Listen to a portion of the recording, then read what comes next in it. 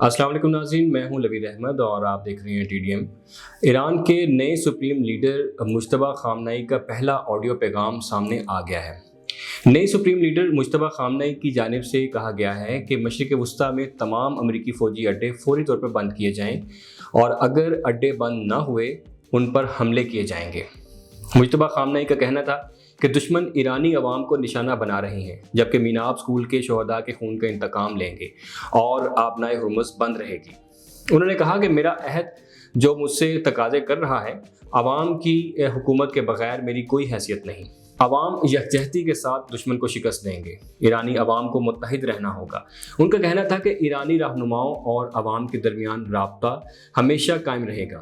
عوام کی خدمت کے لیے قرآن سے رہنمائی حاصل کروں گا، اللہ کی رہنمائی سے عظیم رہنماؤں کی تلقین کرتا رہوں گا، ہم اپنے شہداء کا بدلہ لیں گے۔ ان کا کہنا تھا کہ جنگ جاری رہی تو تمام محاذوں کو فعال کروں گا جن کا دشمن کو تجربہ نہیں ہے۔ ایرانی فورسز نے دشمن کو حاوی نہیں ہونے دیا۔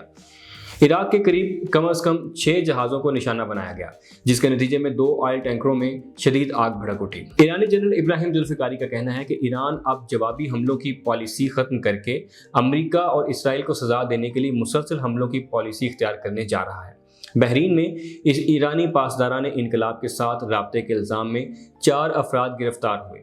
اقوام متحدہ میں بحرین کی سلامتی کونسل میں ایران کی خلیجی ممالک پر حملوں کے خلاف قرارداد بھاری اکثریت سے منظور کی گئی۔ قرارداد کے حق میں 13 ارکان نے ووٹ دیا، جبکہ چین اور روس ووٹنگ کے دوران غیر حاضر رہے۔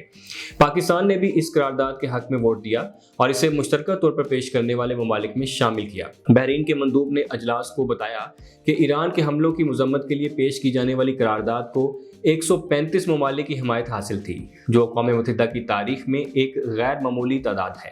پاکستانی مندوب نے اس بات پر بھی زور دیا کہ خلیجی ممالک میں لاکھوں پاکستانی مقیم ہیں اور بڑھتی ہوئی کشیدگی ان کے لیے بھی تشویش کا باعث ہے۔ ٹرمپ سے سوال کیا گیا کہ عراق کی پارلیمنٹ میں امریکہ اور اسرائیل کے خلاف نعرے لگے ہیں، کیا کہیں گے؟ ٹرمپ نے جواب دیا کہ یہ اچھا سوال نہیں۔ ایران کے صدر مسعود پزشکیان نے جنگ بندی کے لیے 3 شرائط رکھ دیں۔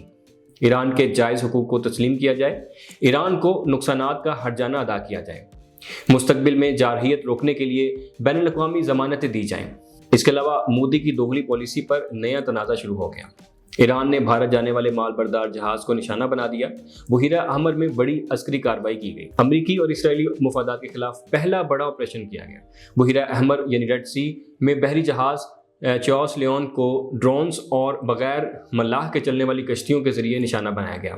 خطے میں کشیدگی ایک نئے اور خطرناک مرحلے میں داخل ہو چکی ہے۔ اس کے علاوہ آپ کو بتائیں کہ دبئی کے مشہور ایڈریس کریک ہاربر ہوٹل پر ڈرون حملے کی اطلاعات موصول ہوئی ہیں، جبکہ ایران نے اسرائیل پر میزائلوں کا 41واں راؤنڈ فائر کرنے کا اعلان کر دیا ہے۔ ایران نے اسرائیل پر ایسا میزائل مارا جس میں 70 کلسٹر میزائل تھے۔ ایرانی پارلیمنٹ اسپیکر کا کہنا ہے کہ اگر ایران کے سمندری جزیروں پر حملہ ہوا تو سمندر کو امریکی فوجیوں کے خون سے رنگین کر دیں گے۔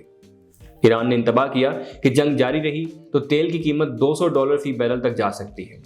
لاریجانی نے کہا اگر ٹرمپ کی ایران کی بجلی کے بارے میں دھمکی عملی ہو گئی تو پورا خطہ اندھیرے میں ڈوب جائے گا۔ سپریم نیشنل سیکورٹی کونسل کے سیکرٹری نے کہا کہ ٹرمپ نے کہا ہے کہ میں 1 گھنٹے کے اندر ایران کی بجلی ختم کر سکتا ہوں، مگر میں نے ایسا نہیں کیا۔ تاہم اگر وہ ایسا کرتا ہے تو آدھے گھنٹے کے اندر پورا خطہ بجلی سے محروم ہو جائے گا اور اندھیرا خطے میں فرار ہونے والے امریکی فوجیوں کے شکار کے لیے ایک اچھا موقع فراہم کرے گا۔